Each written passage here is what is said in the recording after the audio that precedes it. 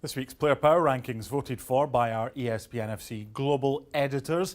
I don't think there's too many that can disagree with Ronaldo and his hat-trick being number one, Shaka. No, he even had the luxury of missing a penalty in their defeat of Alaves, a team that has done well so far this season, though you have to say Real Madrid made easy work of them. This is Ronaldo, who's come in for some criticism so far this season, looking something like back to his best. The top five is Premier League heavy, with 3 of the 5 from England, but the top 2, including Anthony Modeste, who got a hat-trick, albeit against lowly Hamburg.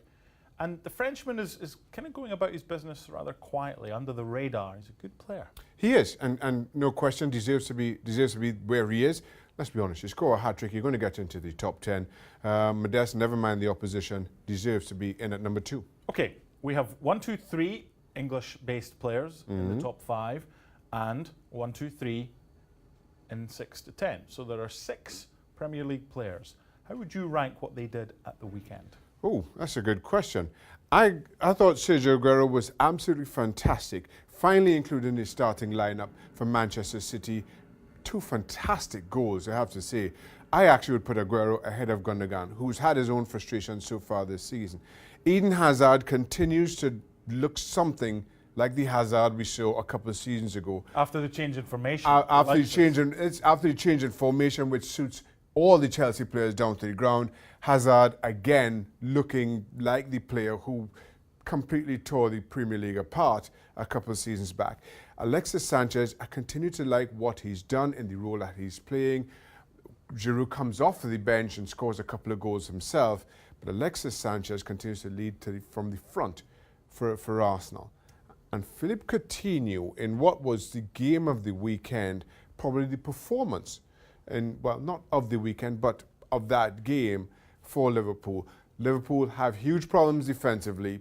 Thankfully, they've got the likes of Philippe Coutinho, Firmino, Mane to continue to bail them out. As long as he keeps being this good, Liverpool have a chance at finishing top of the table. If Liverpool keep defending that badly, unfortunately, I don't think they realise that. I did Bayern's game against Augsburg. It was part 2 of the Bavarian derby after they beat them 3-1 in the Cup, and they beat them 3-1 again. It was Julian Green in midweek. It was Robert Lewandowski who started up front.